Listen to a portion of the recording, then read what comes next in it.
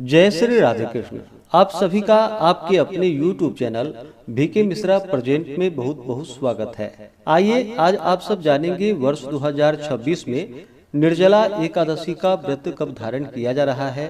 तो जानेंगे व्रत के शुभ मुहूर्त के बारे में, पारण कब और किस समय किया जाएगा, पारण किस चीज से किया जाएगा, इस दिन क्या करना चाहिए, इस दिन पूजा का क्या मुहूर्त होगा। तो आइए जानते हैं इन सबों के बारे में। आप सभी भक्तों को निर्जला एकादशी व्रत की ढेर सारी शुभकामनाएं। आप सभी के जीवन में लक्ष्मी नारायण की कृपा से आप सभी को सभी प्रकार के सुख और समृद्धि की प्राप्ति हो। जेठ मास शुक्ल पक्ष में पड़ने वाली एकादशी को इसे निर्जला एकादशी के नाम से जाना जाता है। इस एकादशी व्रत का बड़ा ही विशेष महत्व माना गया है।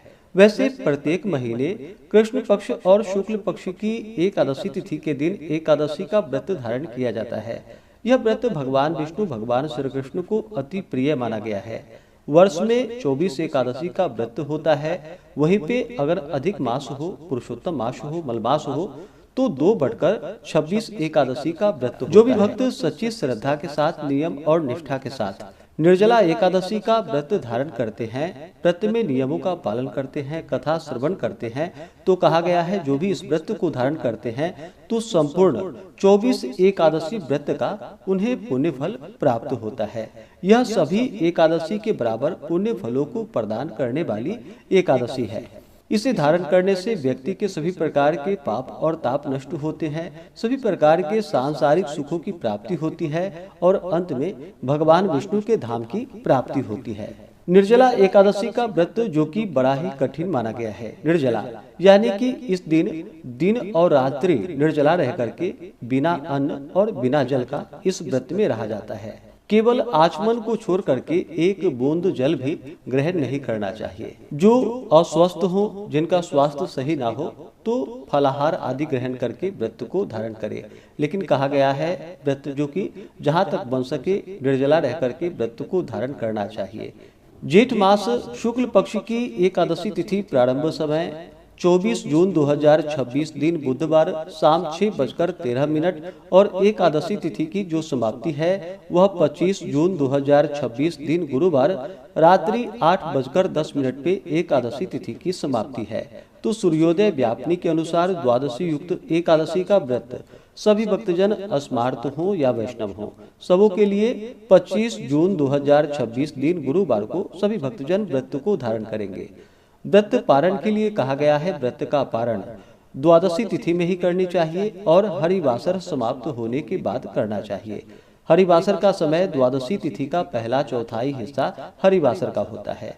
तो द्वादशी तिथि प्रारंभ समय 25 जून 2026 दिन गुरुवार रात्रि 8:11 और द्वादशी तिथि की जो समाप्ति है वह 26 जून 2026 दिन शुक्रवार रात्रि 10:24 पे द्वादशी तिथि की समाप्ति है। तो हरिवासर की समाप्ति जो कि 26 जून की सुबह 2:44 पर हो जाएगा। ऐसे में सभी भक्तजन व्रत का पारण 26 जून 2026 दिन शुक्रवार को व्रत का पारण करेंगे। पारण का समय सुबह 5:41 से सुबह 8:25 तक व्रत का पारण किया जाएगा। निर्जला एकादशी व्रत का पारण तिलेन पारणम। व्रत का पारण तिल से है, तिल ग्रहण करे। यह संभव ना हो पाए तो आप जल, फल या तुलसी दल से व्रत का पारण करके उसके बाद फिर भोजन आदि ग्रहण करे। 25 जून को ब्रह्म मुहूर्त का समय सुबह 3:34 से सुबह 4:22 तक होगा। सूर्योदय का समय सुबह 5:10, सूर्यास्त शाम 6:52 होगा।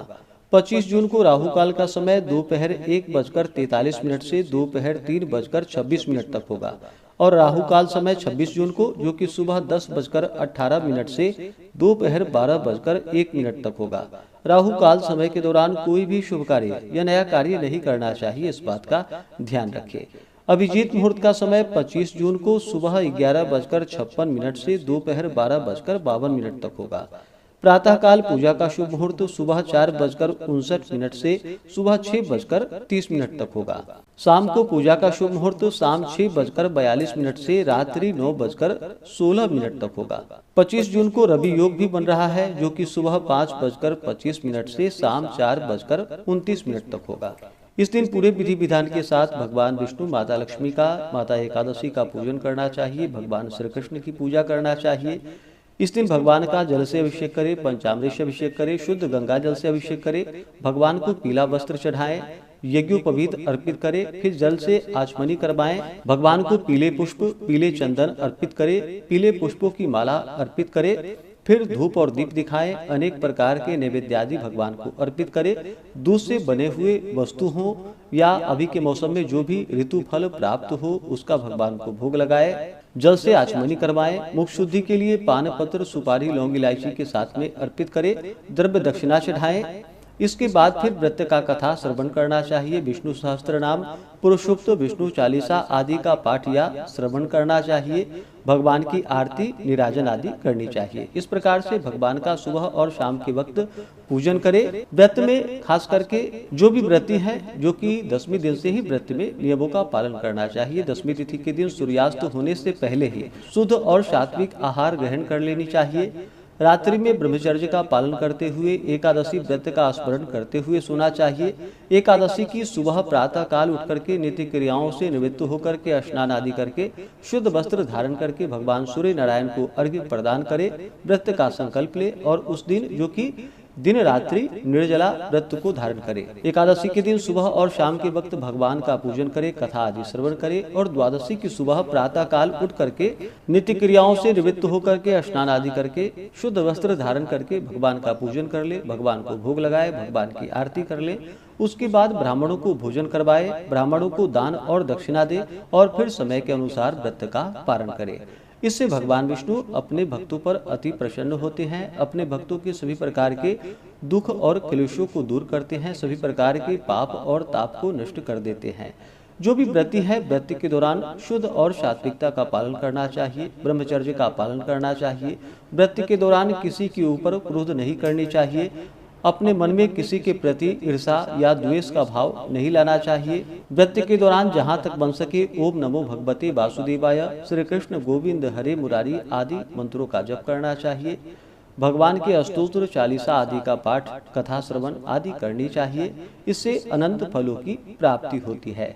तो आशा करता हूँ कि यह जानकारी आपको अच्छा लगा हो।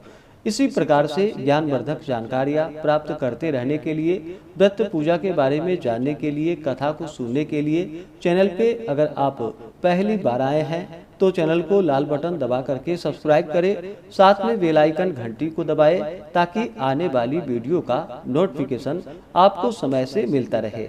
वीडियो को लाइक करें, शेयर करें। सुखी रहे और स्वस्थ रहे। जय श्री राधे कृष्ण। धन्यवाद।